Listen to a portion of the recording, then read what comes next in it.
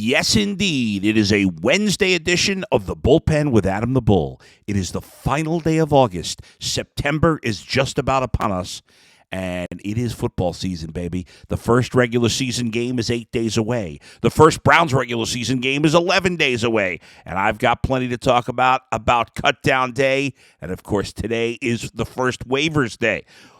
The Browns have their 53-man roster, but what might change? Were there any surprise cuts? And the Guardians get back in action with a big win over the Orioles. That's all coming up on today's Bullpen.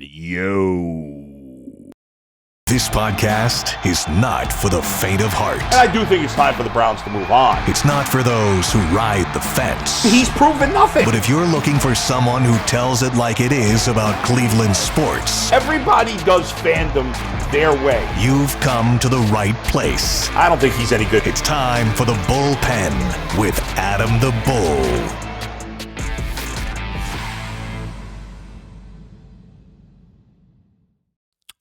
Yes, indeed. Cut down day in the NFL. The Browns had to cut a ton of players. Obviously, they did that. To me, there were no surprise cuts at all. The most interesting name, I guess, on the cut list yesterday was Johnny Stanton. But I've been saying for a week I expected him to get cut. Same for Josh Rosen. I know John Kelly impressed, but there was no chance he was going to make the team either.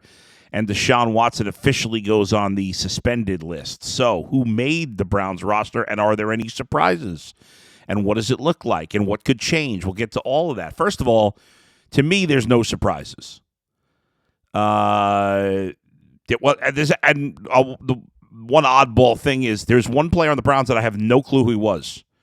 I don't even know how you pronounce his name. It's their sixth linebacker that they kept Jordan Kanazik, who was signed late to camp. He signed in August 9th after getting cut by Washington.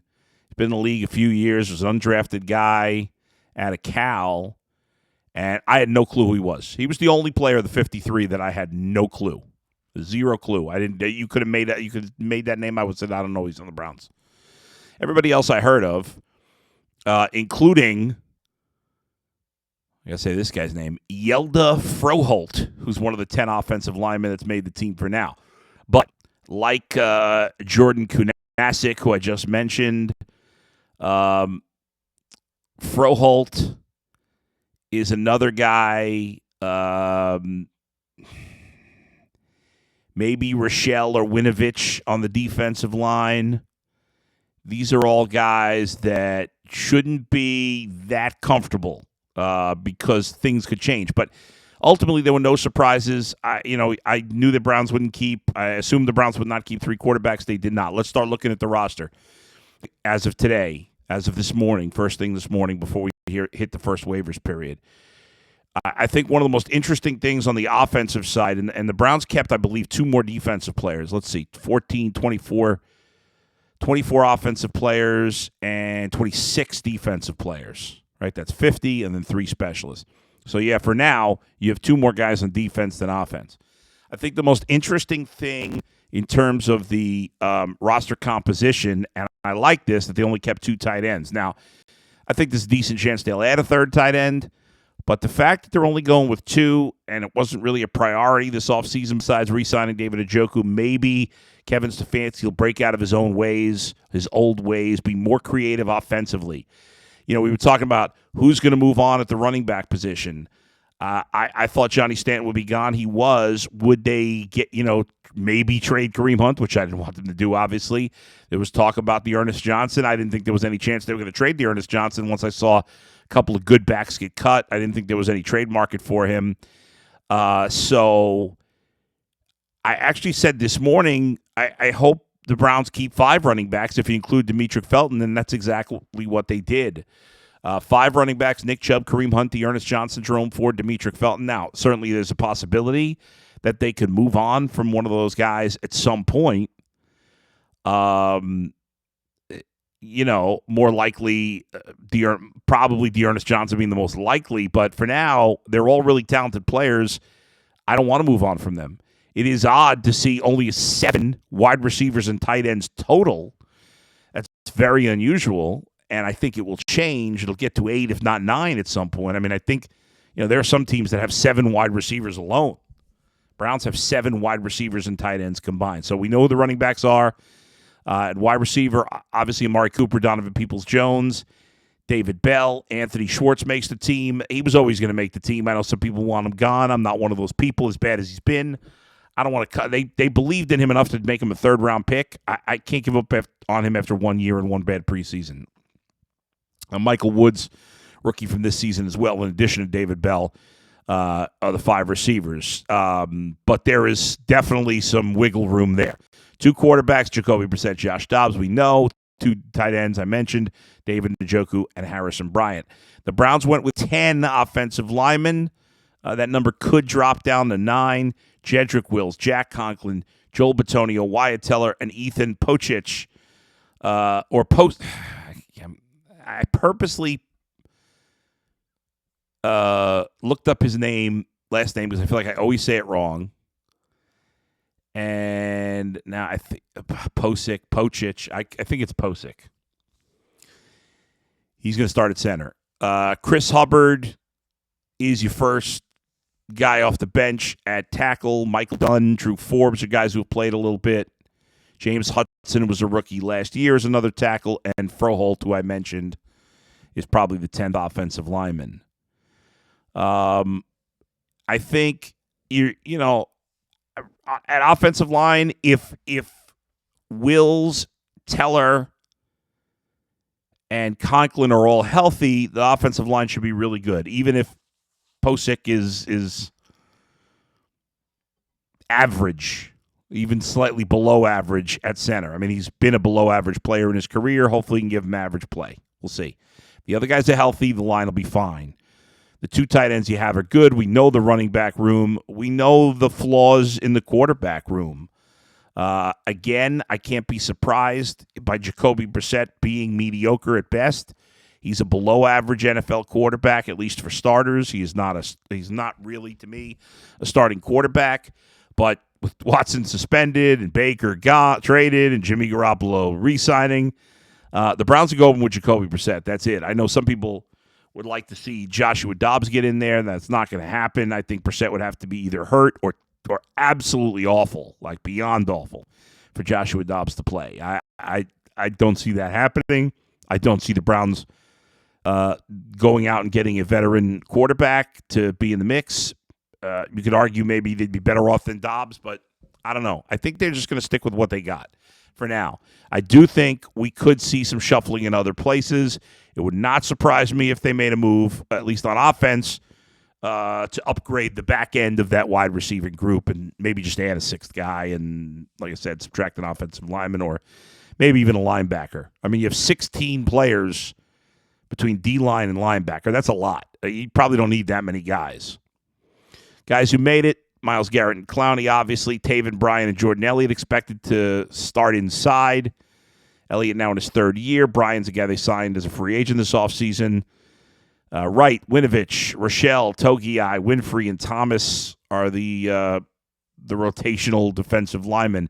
At linebacker, Anthony Walker, Jacob Phillips, Jeremiah Owusu-Koramoah, Sione Takitaki. We knew those guys would be here. Tony Fields was a draft pick, and then Kanasic, who I mentioned before, who I'd never heard of. The corners are Denzel Ward, Greedy, Greg Newsome, Greedy Williams. We were talking today. Maybe that would be a surprise cut, Greedy Williams, but that was not really realistic. A.J. Green makes the team too. So does rookie M.J. Emerson, who had a good showing. The Browns have a very strong cornerback group. I'm not a big Greedy Williams guy, but I love Denzel Ward and Greg Newsome, and I think A.J. Green's been okay when he's been given a chance. I mean, as your 4th or 5th corner, he's done a great job for that role. John Johnson, Grant Delpit, Ronnie Harrison, your top 3 safeties. The youngster DeAnthony Bell makes the team, along with Richard LeCounte, who so far has been a disappointment. Not expecting much from him, and I think he's a guy, you don't really need 5 safeties. It's possible they could move on from him. You might even add a 6th corner and go with 4 safeties. But you look at the depth. I mean, that secondary is really talented. That's got to be one of the most talented secondaries in the league. I mean, Denzel Ward, Greg Newsome, Grant Delpit, John Johnson, Ronnie Harrison are all really good players. and there's some decent potential with both Bell and Emerson. Greedy was a high draft pick. Again, there's a ton of talent there. I'm a little more comfortable with linebacker than I've been the last few years. I like Anthony Walker's leadership. I think JOK is going to be a star if he can stay healthy. Obviously, there's plenty to be concerned about at the defensive tackle position. We've talked about this quite a bit. I have no faith in any of the defensive tackles on this roster. I hope they can prove me wrong, but whether it's Elliott or Bryan who are starting, Togi, Winfrey, some of the other guys, and I just don't, honestly, I don't love anybody on their D-line outside of Myles Garrett and Jadeveon Clowney. That to me is the biggest concern. I know some people are nervous about wide receiver, and obviously there's really only three guys I like. I mean, Woods is unproven. He's been hurt. Who knows? He's a huge question mark. Bell's a rookie also. I think he's good, but he's a rookie. Anthony Schwartz has been a disaster so far. Donovan Peoples-Jones, the reality is he was a late pick, and he's, I don't know how much you can expect. Amari Cooper's really good. I get it. I get why people are concerned. I am high on David Bell. I think he's going to be really good, and so I'm less concerned about wide receiver, but there are some depth issues there, no doubt. But the biggest concern for me on this team is the D tackle and just the depth of the offensive line. There's 10 guys, but how many of those guys are you really confident in besides Garrett and Clowney? And obviously Garrett and Clowney are great players, but I just don't have a ton of confidence in anybody else. So in terms of what the Browns might do today, whether it's trades or waiver pickups, the first waiver run is today, if you will. I mean, the positions. You could see the Browns add a defensive tackle. You could see the Browns add a wide receiver. And I think you're very likely to see the Browns add a third tight end. They obviously didn't like any of the guys they had here. But, again, I'm hoping Stefanski does not run a million of 3 tight end sets again. And maybe they will still do a lot of that with Jacoby Brissett. I would hope they'd be more creative. And as G and I have been talking about on the Ultimate Cleveland Sports Show quite a bit, I'd really like to see Kareem Hunt used in the passing game a lot more, in the slot, just moving him around the field, in the backfield with Nick Chubb. I love that idea. I don't know if they're going to do it. I think in the end, you probably end up with 3 tight ends. So I would be surprised if they don't get somebody off of waivers tomorrow. But we'll see. I actually think even though wide receiver and certainly the D-line might be bigger concerns, I think that's the most likely add is a tight end. Because there may just not be a defensive lineman or a wide receiver they like better than the guys they have, but they only have 2 tight ends. And a team that has had 3 or 4, they've always had some tight ends in the pipeline. I can't imagine they're going to go into the season with just 2 tight ends. Obviously, it's special teams. Cade York, the kicker. Corey Bjorquez is the punter. Charlie Hewlett remains the snapper. The Browns should be good on kicks and punts. Cade York has a huge leg. I'm expecting him to be really successful. You never know, though, with kickers. Once you get into the games, you're dealing with the weather. You're dealing with the pressure. It's not in a controlled indoor environment at LSU. So we'll see. But I think he'll be good. And I am concerned about the special teams in terms of kick returns and punt returns. I don't know how anybody could have that much confidence in what the Browns have done there. All right, folks, I want to talk to you about Built Bar. If you haven't tried Built Bar Puffs yet, you are depriving yourself of one of life's great joys. And guess what? There's a new flavor, delicious, indulgent cookie dough. Covered in chocolate. You got it. Built's done it again. Cookie dough chunk puffs. Light and chewy texture, real cookie dough chunks, and they're covered in 100% real chocolate.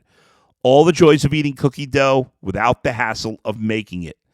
Cookie dough chunk puffs, 160 calories, that's it, and a whopping 15 grams of protein. Run to Built.com to snag a box for you and your family. That's Built.com. How can you go wrong? I have it. You can.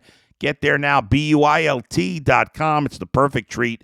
Go to Built.com. Use the promo code LOCKEDON15 and get 15% off your order. But you got to use the promo code LOCKEDON15, LOCKEDON15.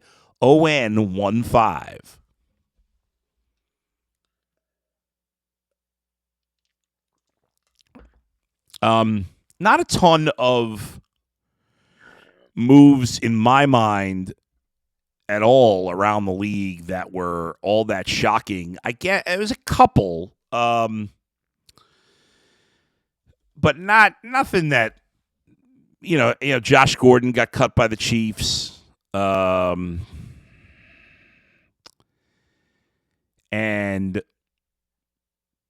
I think Marlon Mack to me getting cut by the Houston Texans. I was a little surprised by that. I thought he had actually a chance to start there.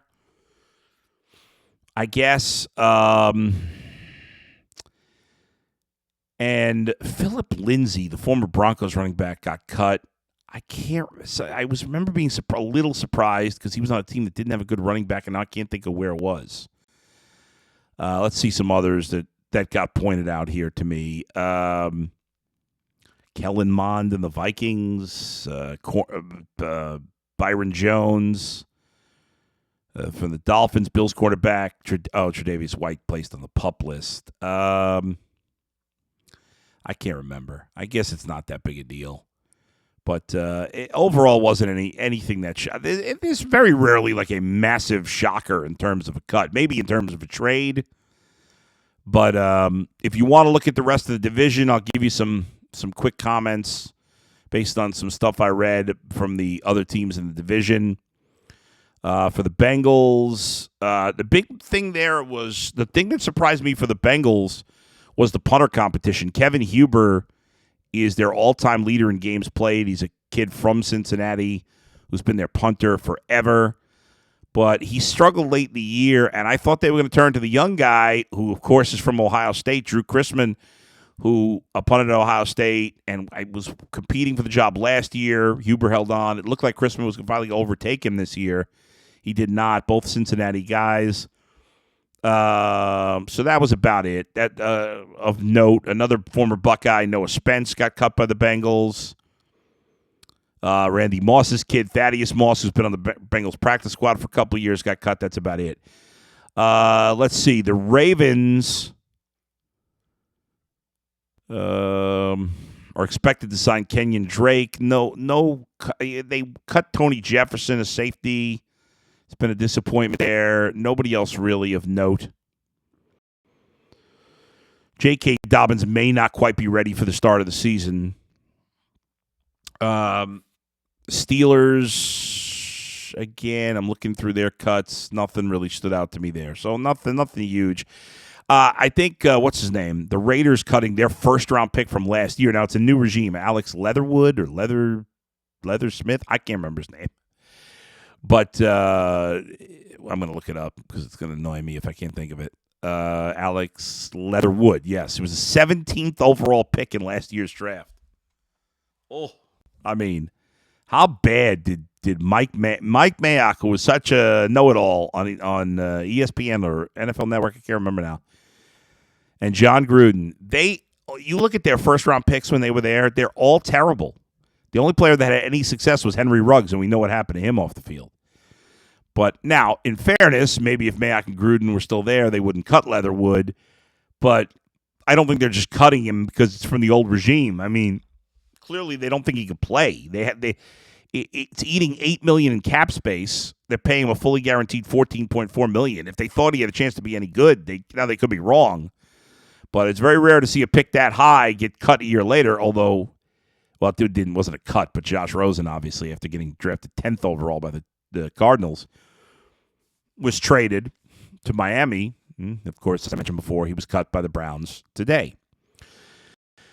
All right, let me take another break. When we come back, I'm going to switch gears, talk some baseball.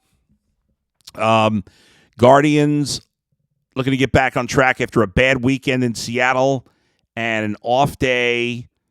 Come home to start a series with the Orioles. We'll talk about that and what the Twins and White Sox did as well. Lots to get to there, and a reason to be very excited about the Guardians. I'm going to get to all of that. That's coming up, but let me talk to you about BetOnline. BetOnline.net is your number one source for all your pro and college football betting needs and sports info this season. Find all of the latest football league developments, game matchups, news, and podcasts, including this year's opening week, the opening week games. They're right around the corner. BetOnline is also your continued source for all your sports wagering information, including live betting, esports, and scores. The fastest and easiest way to check in on all your favorite sports and events, including MLB, MMA, boxing, and golf. Head to the website today or use your mobile device to learn more about the trends and action. BetOnline, where the game starts.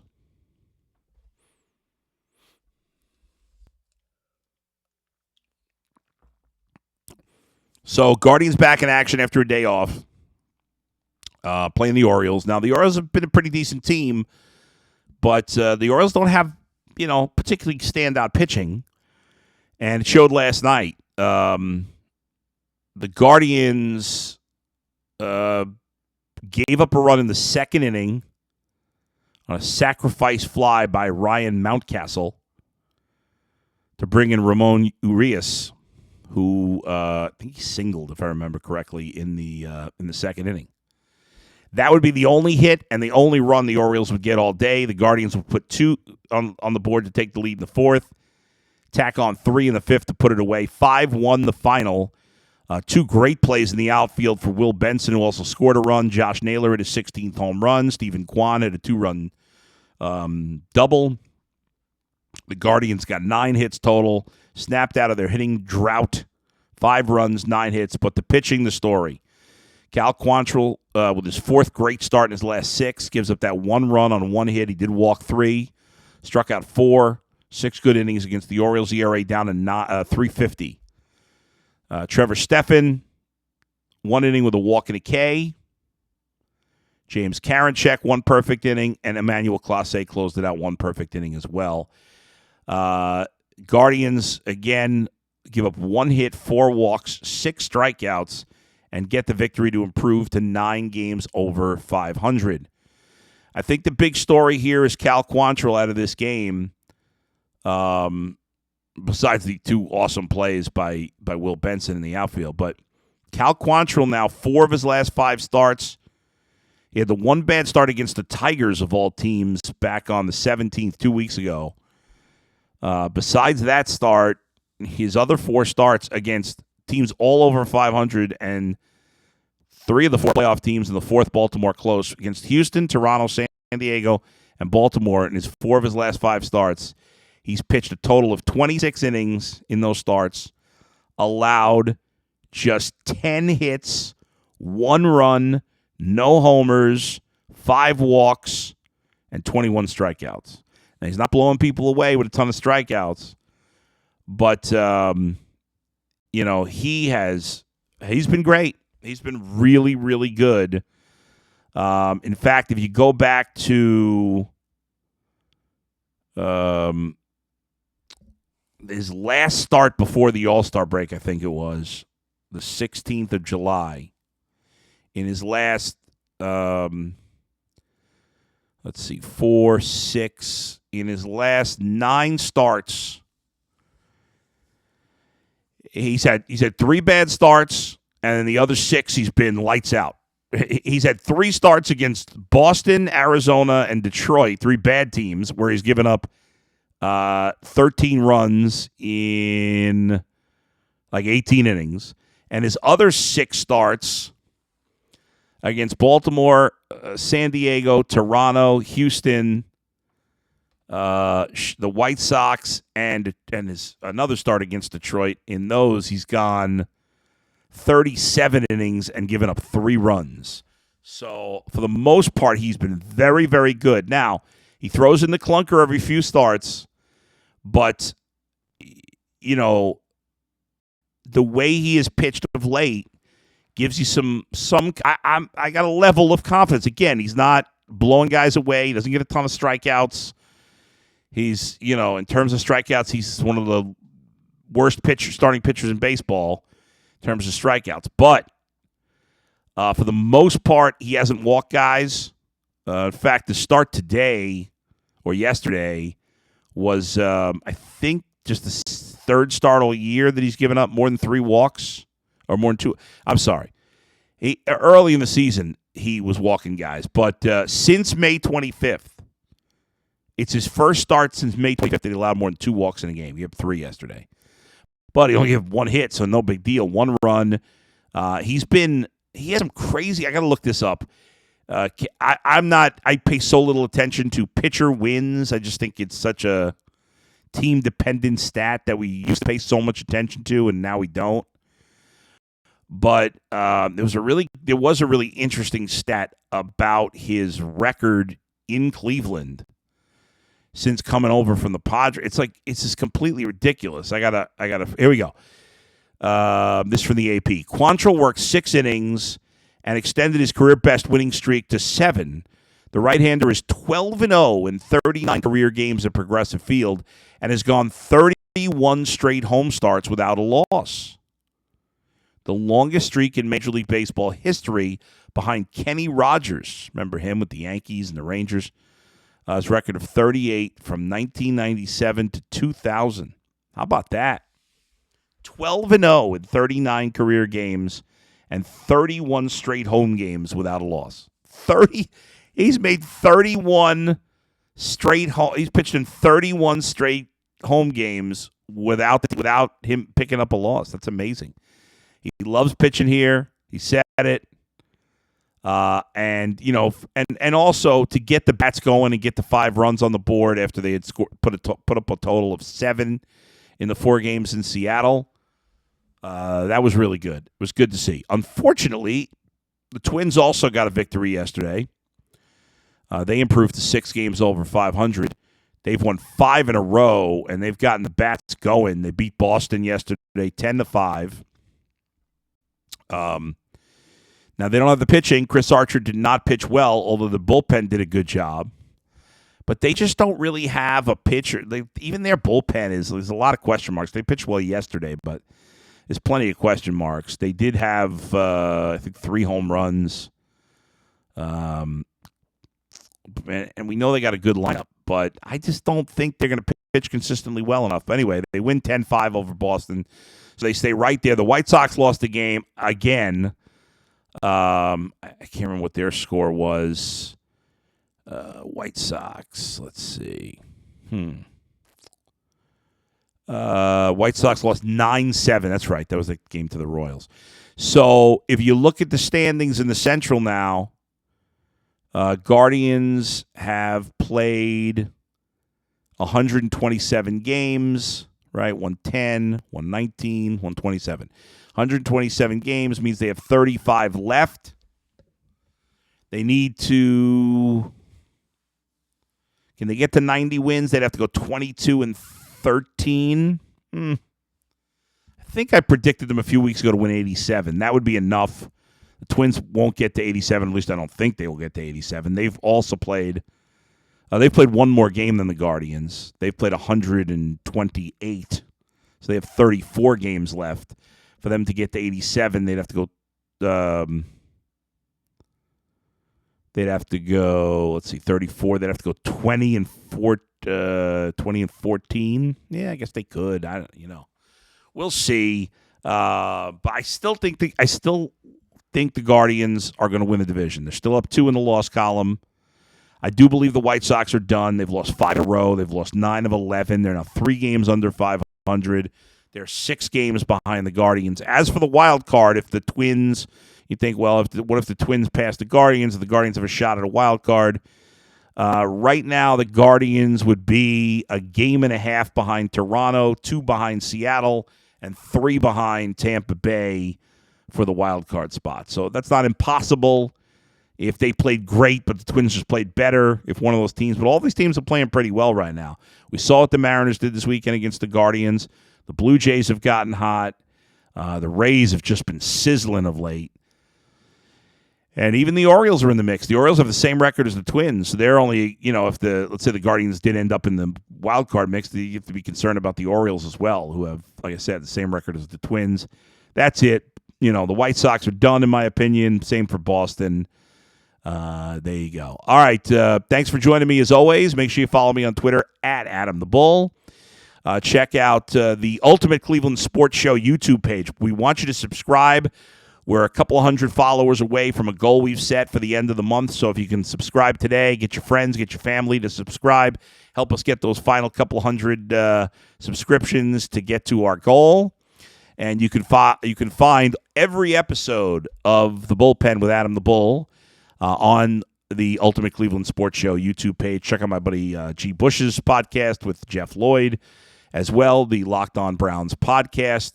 Check me out on Cameo. I'm doing plenty of Cameo videos. Love doing them. Have a lot of fun with them.